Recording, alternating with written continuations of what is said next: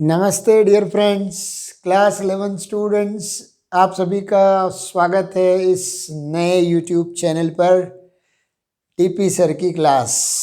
Right, 12th class के लिए I have already started uploading the videos and yesterday Monday was the first video uploaded on the chapter non-profit organization. Now it's your turn, class 11. Wonderful. Here we are going to cover entire syllabus of term 2, right, which is upcoming in some schools in the month of March and in some schools in the month of February itself. Very good.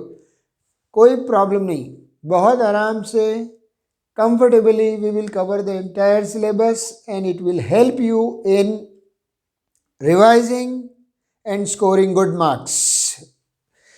The very first chapter which I am covering is trial balance, errors and rectification of errors. Two things we are talking about, rather three things. हाँ, सही पहचाना. Trial balance, right, number one, errors and then rectification of errors. देखिए साहब, errors पे कैसा होता है. Look at the smiley of errors. Yes, straight face. And rectification के बाद देखिए कैसी कंडीशन होती है. You smile, right. See, let us see how rectification of errors has a connection with trial balance. Friends, क्या होता है, अकाउंटिंग प्रोसेस जो हमने आपने समझा है, पढ़ा है, वो ऐसा है कि जब भी कोई ट्रांजैक्शन हमारे बिजनेस में एग्जीक्यूट होता है, उस ट्रांजैक्शन को हम सबसे पहले रिकॉर्ड कहाँ करते हैं, वाउचर्स, और वो बनाने के बाद उस ट्रांजैक्शन को हम बुक करते हैं जर्नल में या फिर सब्सिडरी बुक्स में. You know there are 6 subsidiary books. वैसे तो 8 सब्सिडरी बुक्स हैं, right? Purchase book, sales book, purchase return book, sales return book, bills receivable book, bills payable book, journal proper and cash book. So कुछ organisations बनाती हैं journal, कुछ organisations बनाती हैं subsidiary books. वो डिपेंड करता है, आपकी चॉइस है, आपको दोनों में से कोई एक बनाना है. लेकिन उसके बाद आपके पास चॉइस नहीं है, इसके बाद आपको बनाने होते हैं ledgers, the book of principal entry. एक बार आप बिना जर्नल के चला सकते हो, बट बिना लेजर के काम नहीं चलता. Ledgers is considered as classification of accounts. Journal and subsidiary books are recording. So ये आप यहां पर जब हैं तो आप रिकॉर्डिंग स्टेज पर हैं, आप ट्रांजैक्शन को बुक कर रहे हैं. लेजर्स पे जब आप हैं तो आप पोस्टिंग स्टेज पर हैं, आप क्लासिफाई कर रहे हैं कौन कौन से अलग अलग टाइप के अकाउंट्स खुलेंगे. लेजर चैप्टर आपने पढ़ा हुआ है, इसलिए ज़्यादा बताने की ज़रूरत नहीं है. T shape accounts. और इसके बाद बनाते हैं ट्रायल बैलेंस, जहां होता है हमारे धैर्य का परीक्षण. धैर्य का परीक्षण मतलब ये है कि भाई साहब, ट्रायल बैलेंस तक पहुंचने में वैसे ही बहुत मेहनत लगती है, और उसके बाद आपको पता है ट्रायल बैलेंस में 2 साइड्स होती हैं, डेबिट अमाउंट, क्रेडिट अमाउंट, और लास्ट में एक्सपेक्टेशन ये होती है कि दोनों कॉलम का टोटल बराबर आ जावे. ना आए तो क्या होगा, आए तो क्या होगा. अगर दोनों कॉलम का टोटल इक्वल आ जाता है तो क्या आप कह सकते हैं कि आपके ट्रायल बैलेंस में कोई मिस्टेक नहीं है? क्या ट्रायल बैलेंस पूरा सही है? नहीं. Agreement of trial balance is not a conclusive proof of error free accounting. And अगर ये मैच नहीं होता तो एरर है, ये पक्का है, और ये मैच हो जाए तो भी एरर है. मतलब ये देखिए साहब, ट्रायल बैलेंस का एग्री होना भी कोई एविडेंस नहीं है कि हमारी जो अकाउंटिंग है वो परफेक्ट जा रही. सो इसी कारण ट्रायल बैलेंस और एरर्स को कनेक्ट किया गया। कैसे कनेक्ट किया गया?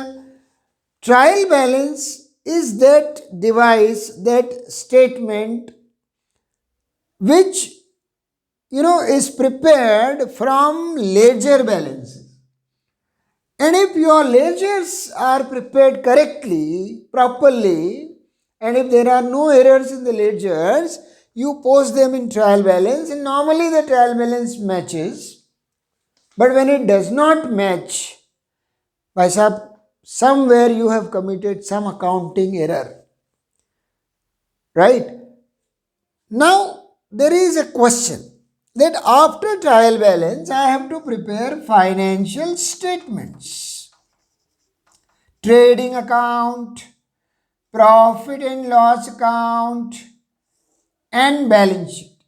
So the question arises, if I am not sure whether my trial balance is correct or not, whether it is error free or not, क्या मैं फाइनल अकाउंट्स बनाने के लिए आगे बढ़ सकता हूं? आंसर है हाँ, ना, दोनों। डिपेंड इस चीज पर करेगा कि आपको फाइनेंशियल स्टेटमेंट बनाने में कितना वक्त अभी बाकी है और आपके हाथ में कितना समय है, क्या आप एरर्स को ढूंढ के रेक्टिफाई कर सकते। तो आपको ट्रायल बैलेंस पे जब तक आप कंफर्म ना हो जाए, श्योर ना हो जाए कि कोई गलती नहीं है, तब तक आगे नहीं बढ़ना। सो अब यहां पर थोड़ा सा कॉन्ट्रडिक्शन हो रहा है। मैं कह रहा हूं agreement of trial balance is not the conclusive proof of error free account. क्या कहना चाहता हूं मैं इस स्टेटमेंट के थ्रू? मैं ये कहना चाहता हूं कि ट्रायल बैलेंस से कोई खास इंफॉर्मेशन आपको नहीं मिलने वाली। अगर आपका ट्रायल बैलेंस मैच कर गया तो भी गलती की संभावना है, नहीं मैच करा तो गलती है ही है। इसका मतलब हम ये कहना चाहते हैं agreement of trial balance, agreement of trial balance is not, NOT, not the conclusive proof. Conclusive proof का मतलब है कि कोई फाइनल प्रूफ नहीं है ऑफ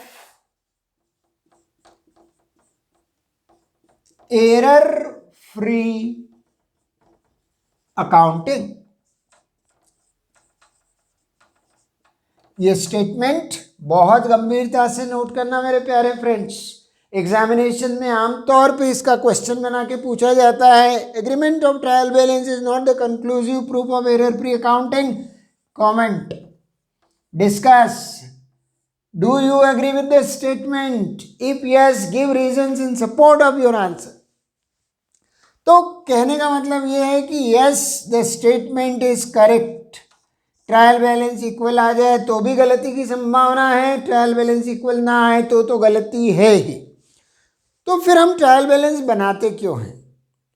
भाई साहब, trial balance to a great extent is a big help for preparation of financial statement. आपको सारे बिखरे हुए लेजर्स जो 50 पन्नों में, 500 पन्नों में बिखरे हुए हैं, उसकी समरी आप एक जगह बना लेते हैं तो फिर आपको आगे का काम जो फाइनेंशियल स्टेटमेंट्स का है वो आसान हो जाता है। और अगर ट्रायल बैलेंस में गलती है तो आप लेजर्स को सुधार के, ट्रायल बैलेंस के एरर को ख़त्म करके फिर फाइनल अकाउंट्स की तरफ बढ़ेंगे।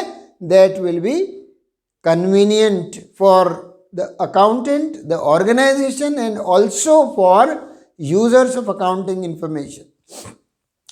So, when I say answer to this question is yes, that agreement of trial balance is not the conclusive proof. Very true.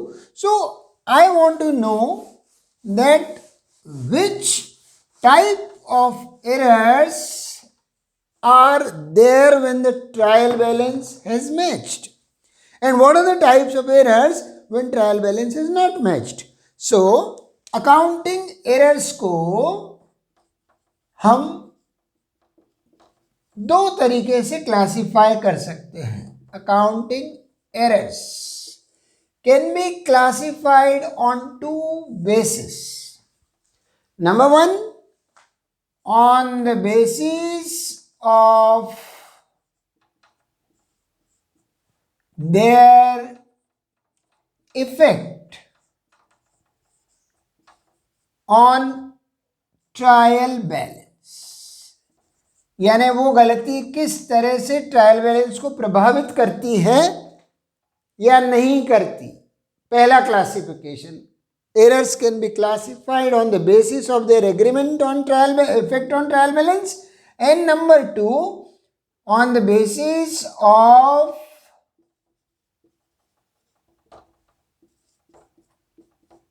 nature of error।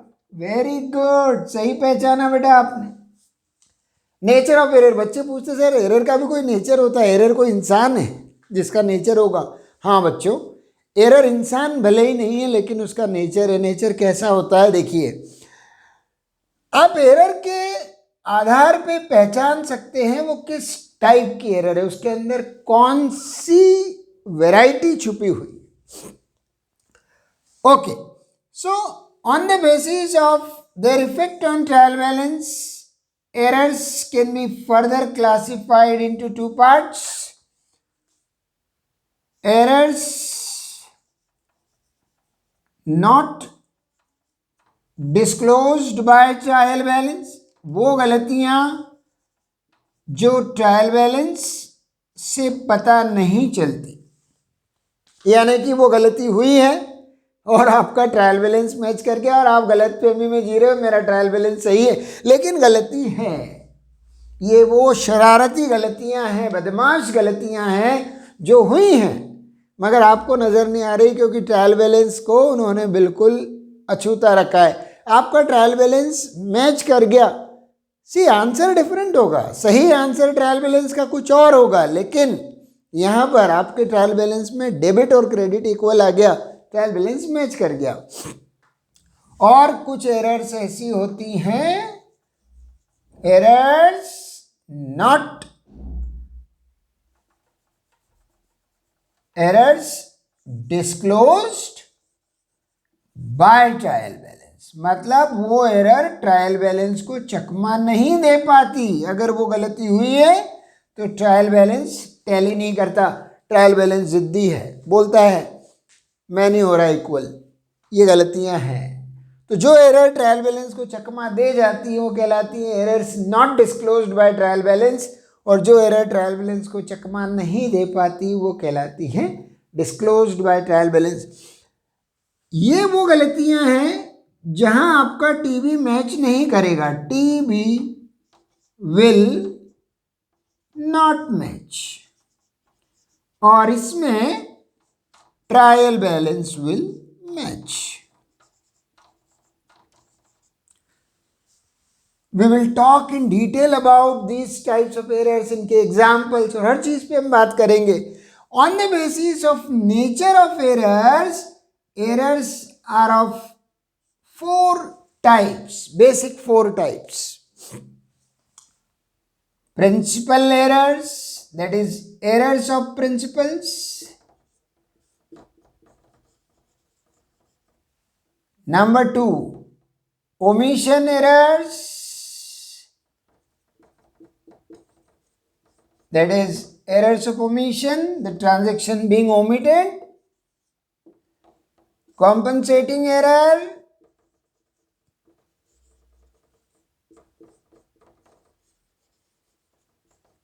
and commission errors. So before we proceed further, let us quickly understand that on the basis of nature, errors can be classified into 4 categories. Errors of principle. Principal errors are those errors which are committed when the accounting principle or any accounting principle is wrongly applied, wrongly understood, or violated. When you violate any accounting principle while recording a transaction, like for example, you know that there is a it's a common example. Every teacher, every book will talk about this, that historical cost principle says that fixed assets are recorded in the books of accounts on the total amount that we pay for their acquisition, right from purchase till making the asset working. खरीदने से useful बनाने तक, चालू करने तक जो खर्चा लगता है. Suppose you purchase a machinery from Chennai for ₹10 lakh, bring it to Indore all the way by road transport and pay ₹2 lakh for transportation. Engineers बुलाए गए, इंस्टॉलेशन कराया, उन्होंने 1 लाख रुपया लिया. तो देखो दोस्तों, 10 लाख की मशीन लाए, 2 लाख ट्रांसपोर्टेशन में लगा, 1 लाख उसके इंस्टॉलेशन में लगा, मशीन पड़ी है आपको 13 लाख रुपए. हिस्टोरिकल कॉस्ट प्रिंसिपल कहता है fixed asset should be recorded in the books at the total cost paid for their acquisition. खरीदने से लेके मशीन को वर्किंग कंडीशन में लाने तक जो भी खर्चा हुआ है कैपिटल नेचर का, नॉन रिकरिंग नेचर का, वो उसकी कॉस्ट में ऐड किया जाएगा. Historical cost principle. तो अगर मैंने एक मशीन खरीदी 10 लाख की, जिसपे 2 लाख का भाड़ा लगा है, 1 लाख का इंस्टॉलेशन चार्ज लगा है, तो मुझे लिखना चाहिए machinery account debit to bank account 13 lakh. लेकिन कभी कभार कोई नौसिखिया अकाउंटेंट हो या नया नया बच्चा फ्रेशर आया हो और अकाउंटिंग कर रहा हो, अनजाने में या आउट ऑफ इग्नोरेंस उससे ऐसी एंट्री बन गई, machinery account debit 10 lakh, transportation charges account debit 2 lakh and installation charges account debit 1 lakh to bank 13 lakh. उसने लिख दिया, 3 अकाउंट खोल दी, machine debit, installation charges debit और ट्रांसपोर्टेशन चार्जेस डेबिट. 3 अलग अलग अकाउंट उसने डेबिट कर दिए. जबकि हिस्टोरिकल कॉस्ट प्रिंसिपल कहता है 3 in 1, एक ही अकाउंट डेबिट होना चाहिए, मशीनरी अकाउंट, सारा खर्चा उसके अंदर ऐड होना चाहिए. तो अगर आप इस टाइप की गलती कर देते हैं तो आपने हिस्टोरिकल कॉस्ट प्रिंसिपल वायलेट कर दिया है और आपकी एरर कहलाएगी प्रिंसिपल एरर. अभी हम बात करेंगे इसी चैप्टर में आगे capital expenditure, revenue expenditure, deferred revenue expenditure, capital receipt, revenue receipt.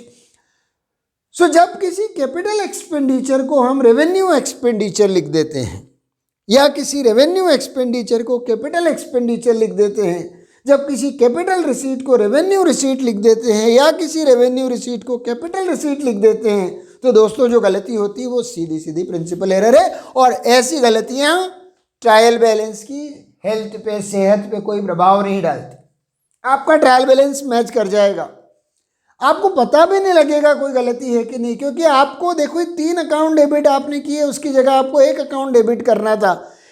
करना डेबिट ही था, आपने किया भी डेबिट है. बस हुआ ये है कि मैंने आपको कहा था किसी को 500 रुपये दे आओ, 500 रुपये का नोट. आपने क्या किया, उसे आप 200 के 2 नोट और 100 का 1 नोट दिया है. मैंने कहा 1 नोट दे के आना, आप 3 दे के आए. देखो वैल्यू सेम है, दिया आपने 500 रुपया ही, लेकिन मेरा स्टेटमेंट था 500 का 1 नोट देकर आओ. आप 500 रुपये, 200 और 100 रुपये के 3 नोट दे के आए. वैल्यू तो सेम है, सेम यहां होगा. ट्रायल बैलेंस को बेचारे को पता भी नहीं लगेगा. बस इतना है कि पर्टिकुलर कॉलम में एक की जगह 3 लेजर खुले हुए हैं, machinery account, installation charges, transportation charges. Omission errors on the other hand are those mistakes. Omission नाम से समझ में आ रहा है, बच्चे बहुत सी बार लिखते हैं प्लीज ओमिट, एक पेज छूट जाता है बीच में आंसर लिखने में, तो या कोई एक पर्टिकुलर आंसर वो काटते हैं और अगले पेज पे उसको कैंसिल करके दोबारा लिखते हैं, तो लिखते हैं please omit. So omission error is related to transaction being missed out. तो अगर आप कोई ट्रांजैक्शन अकाउंटिंग रिकॉर्ड्स में लिखना भूल जाते हैं तो वो एरर होता है ओमिशन एरर. अब ओमिशन एरर 2 टाइप का होता है, ध्यान देना बेटा. ओमिशन एरर्स और errors of omission are of 2 types, complete omission and partial omission. Complete omission errors and partial omission errors का मतलब है complete omission means entire transaction not recorded in the books of accounts. Both the aspects see every debit has a corresponding credit, duality principle, double entry system, every debit has a corresponding credit and vice versa. अब क्या हुआ, हमने उस transaction को पूरा पूरा book नहीं किया, उसका डेबिट एस्पेक्ट और क्रेडिट एस्पेक्ट दोनों हमसे छूट गए, तो जो भूल हमसे होगी वो कंप्लीट ओमिशन एरर कहलाएगी, और कंप्लीट ओमिशन एरर भी ट्रायल बैलेंस को चकमा दे जाती है। टीबी बेचारा मैच कर जाता है, वो सोचता है सब सही है, अकाउंटेंट सोचता है सब सही है क्योंकि दोनों तरफ इक्वल आ गया टोटल, वाह वाह वाह। अरे नहीं भाई, डेबिट और क्रेडिट दोनों से इक्वल अमाउंट गायब है, तुमने एक ट्रांजैक्शन पूरा पूरा मिस कर दिया। Credit sales to Mohan remained unrecorded in books, discount allowed to Sohan not noted in books. ऐसे तमाम ट्रांजैक्शंस हो सकते हैं जो तुम लिखना भूल ही गए, तो अगर भूल गए तो कंप्लीट ओमिशन है। मगर partial omission errors are those errors where one aspect is recorded and the other aspect is missed out. If the debit is recorded, credit is missed, credit recorded, debit missed. एक simple बात याद रखना, partial omission errors generally journal के stage पर नहीं होती, recording stage पर नहीं होती, क्योंकि रिकॉर्डिंग में जर्नल एंट्री पूरी तभी होती है जब एक डेबिट और क्रेडिट दोनों मौजूद हो। एक डेबिट 4 क्रेडिट, 4 डेबिट 1 क्रेडिट, कैसा भी हो, जब डेबिट क्रेडिट बराबर होता है तो जर्नल एंट्री प्रॉपर बनती है। लेकिन लेजर पोस्टिंग में हम कहीं गड़बड़ कर सकते हैं, क्योंकि लेजर अलग अलग पेजेस पर बिखरे हुए होते हैं मेरे दोस्तों। आपने लिखा machinery account debit, transportation charges account debit, installation account debit to bank, तो आप 3 लेजर बनाओगे, एक चौथा बैंक का बनाओगे, सब अलग अलग पेज पे होंगे, क्योंकि लेजर की बुक अल्फाबेटिकली डिवाइडेड होती है। तो आप लिखने में 2 अकाउंट में पोस्ट कर गए और एक लेजर में पोस्टिंग आपकी छूट गई अनजाने में। एरर तो एरर है ना साहब, एरर के पीछे कोई लॉजिक होता है क्या? गलती हो गई, कैसे हुई? अरे कैसे हुई? जल्दबाजी होगी, पता नहीं होगा, कुछ और काम आ गया होगा, आता नहीं होगा, अरे कोई से भी एक रीज़न हो सकते हैं। तो गलती के पीछे कारण ढूंढने की जगह गलती कैसे सुधारी जाए ये ढूंढना जरूरी है। So partial omission error, posting error, one aspect posted, other aspect remained unposted, वो एरर ट्रायल बैलेंस को चकमा नहीं दे पाएगी। टीबी मैच नहीं करेगा, टीबी बोलेगा हाँ भाई साहब कुछ तो गड़बड़ है, कुछ तो गड़बड़ है, ढूंढो कहाँ गलती है, क्योंकि डेबिट साइड कुछ और आ रहा है, क्रेडिट साइड कुछ और आ रहा है, कम ज़्यादा कहीं तो गड़बड़ है। तो आपको हिंट मिल गई कि साहब अगर ट्रायल बैलेंस मैच नहीं कर रहा तो मतलब पार्शियल ओमिशन एरर होने की पॉसिबिलिटी है। One of the errors compensating errors, बड़ी भोली errors. Compensating errors are those errors where effect of one error is nullified by another error, where effect of one mistake is cancelled out by another mistake, we call it compensating error. एक दूसरे को काटती हैं, जैसे आज के ज़माने में इंसान को काटने में तो लाए, वैसे कंपनसेटिंग एरर्स एक दूसरे को काटती। क्षमा चाहूँगा, ऐसा कहना नहीं चाहिए, लेकिन ऐसा हो रहा है, हम अपने आसपास देखते हैं। There is a competition, cut throat competition, people don't want to support each other, leg pulling में लगे, तू ऊपर कैसे जा रहा है, तुझे नीचे लाऊं, तुझे पीछे करके मैं आगे जाऊं, ऐसा चल रहा है। कॉम्पनसेटिंग एरर कुछ इसी तरह का बिहेवियर करती है। इसमें 2 मिस्टेक्स का होना जरूरी है दोस्तों। पहली मिस्टेक होगी, दूसरी एक और होगी, और वो दूसरी कुछ इस तरह से होगी कि पहली वाली को वो काट देगी। फॉर एग्जाम्पल, नॉमिनल अकाउंट्स को याद करिए, उसमें एक रेवेन्यू है, एक एक्सपेंस अकाउंट है।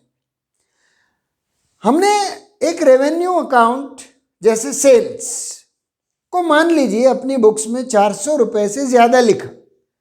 सेल्स का क्रेडिट बैलेंस होता है, हमने 400 रुपये ज़्यादा लिख दिए तो हमारा ट्रायल बैलेंस 400 रुपये से ऊपर चला गया। लेकिन वहीं भूल से हमने किसी दूसरे एक्सपेंस अकाउंट को, जो कि डेबिट कॉलम में आता है, अनजाने में कोइंसिडेंटली उसे भी 400 रुपये से ज़्यादा लिख दिया। अब हुआ क्या, एक रेवेन्यू अकाउंट 400 से बढ़ गया अनजाने में, एक एक्सपेंस अकाउंट 400 रुपये से बढ़ गया अनजाने में, टीबी मैच हो गया। पहली गलती ने दूसरी गलती को कैंसिल कर दिया। अगर दूसरी गलती नहीं होती तो पहली गलती पकड़ी जाती। तो जो सेकंड मिस्टेक है वो कुछ इस तरह से होती है कि पहली वाली का इफेक्ट नलिफाई करती है। बहुत सारे एग्जाम्पल्स हैं, मैं न्यूमेरिकल सेक्शन में आपको बहुत सारा बताऊंगा दोस्तों, right. Commission errors are really idiotic errors, stupid errors, ऐसी गलतियां जिसमें सीधा सीधा ब्लेम हम अपने कंसंट्रेशन को दे सकते हैं। Any error where undercasting, overcasting, wrong totalling, wrong posting, wrong side posting, posting by wrong name, calculation error in balance written on the wrong side, balance reopened on the wrong side, balance posted in the trial balance onto the wrong side, ये सब commission errors. Commission error normally clerical errors, calculation errors जैसी silly mistakes है। जैसे students कहते हैं ना, sir एक silly mistake हो गई इसलिए बैलेंस शीट टैली नहीं हुई। सो कमीशन एरर में आपने क्या करा, 100 को 1000 लिख दिया, ये कमीशन एरर हो गया।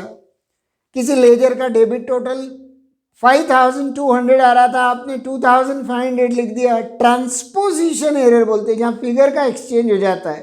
2500 को 5200 लिख दिया, ट्रायल बैलेंस मैच नहीं करेगा। कमीशन एरर जनरली जब तक कॉम्पनसेशन एंट्री का सपोर्ट ना ले टीबी मैच नहीं करेगा।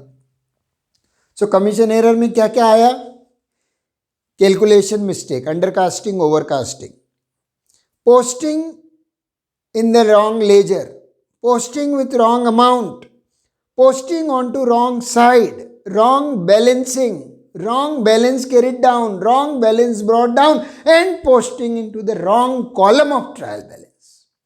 बहुत बड़ा स्कोप है कमीशन एरर्स का, लेकिन आमतौर पे ये एरर्स भी ट्रायल बैलेंस को चकमा नहीं दे पाती मेरे फ्रेंड्स। चकमे का मतलब है टीबी नहीं टैली करता, टीबी बोलता है कि साहब कुछ गड़बड़ है, टैली हम नहीं होंगे, गलती सुधारो फिर आओ वापस हमारे पास। तो हम इन एरर्स को ऐसे रख सकते हैं, प्रिंसिपल एरर्स इधर आएंगी, टीबी विल मैच। इसके दो हिस्से हैं, complete omission, partial omission. Complete omission इधर आएगा, TB will match, partial omission इधर आएगा। कॉम्पनसेटिंग एरर्स इधर आएंगी, TB will match. And commission errors आमतौर पे यहां आएंगी, TB will not match, but will talk about the cases where commission errors में कभी कभी टीबी मैच भी करता है। वो सारी चीजें हम अपने न्यूमेरिकल सेक्शन में जरूर देखें। अब मैंने आपको जो यहाँ स्टेटमेंट लिखा था, agreement of trial balance is not the conclusive proof of error free accounting, उसका मतलब मेरे बच्चों ये है कि अगर मेरा ट्रायल बैलेंस मैच कर जाए तो कौन कौन सी गलतियां उसमें हो सकती है, मुझे लिखना है yes, the agreement of trial balance is not the conclusive proof of error free accounting. Whenever trial balance matches, there is a possibility of principal error, there is a possibility of complete omission error, there is a possibility of compensating error। तो ये जो बातें हम कर रहे हैं, ये इसका एक बहुत बड़ा थ्योरी सेक्शन है। आपको अपनी एनसीईआरटी बुक में या जिस भी बुक से आप पढ़ते हैं उसमें आपको स्टार्टिंग में 3-4 पेजेस में भरपूर थ्योरी मिलेगी, और थ्योरी के क्वेश्चंस भी अच्छी क्वांटिटी में पूछे जाते हैं। तो मैंने आज के वीडियो में आपको क्या बताया, मैंने आज के वीडियो में आपको ट्रायल बैलेंस, एरर्स और रेक्टिफिकेशन ऑफ एरर्स का कनेक्शन बताया, एरर्स का क्लासिफिकेशन बताया, उनके एग्जाम्पल्स बताए। अगले वीडियो से पहले बेटा आपको क्या करना है, आपको छोटा सा काम करना है। आप इसको नोट तो कर ही लीजिएगा। आपको छोटा सा काम ये करना है कि आप अपनी जिस भी बुक को फॉलो करते हैं उससे 3-4 पेज की थ्योरी पढ़ के तैयार रखें। मेरे से पूछने वाले कोई भी डाउट्स हो तो उन्हें कमेंट सेक्शन में आप ज़रूर डाल दें, मैं डेफिनेटली उनके आंसर्स अपने डाउट क्लियरिंग सेशन में लेके आऊँगा। और जब भी कोई अगला टॉपिक पढ़ना होता है थोड़ा सा होमवर्क हमें करके आना चाहिए, ताकि सामने वाला किस डायरेक्शन में बात कर रहा है, किस चीज़ की बात कर रहा है, उसका हमको नॉलेज हो। क्योंकि देखिए हम क्या मान के चलते हैं, जब आप रेक्टिफिकेशन ऑफ एरर्स की बात कर रहे हैं तो आपको जर्नल, सब्सिडरी बुक और लेजर पोस्टिंग अच्छे से आती है। अगर वहाँ कहीं गड़बड़ है तो फिर ये वाला चैप्टर तो डिफ़िकल्ट लगेगा। तो अगर कभी ऐसी कोई बात है तो डेफिनेटली आप क्या करें, एक बार जर्नल को रिवाइज कर लें, और मैं उस पर भी वीडियोस लेकर आऊँगा। लेकिन इस टर्म 2 के एग्जामिनेशन के बाद हम बात करेंगे उस पोर्शन की भी जो अकाउंटेंसी की बैकबोन है, journal, ledger, trial balance. Right बेटा? So all the very best to all of you, and do revise and get ready for the next class. Thank you. Have a nice time.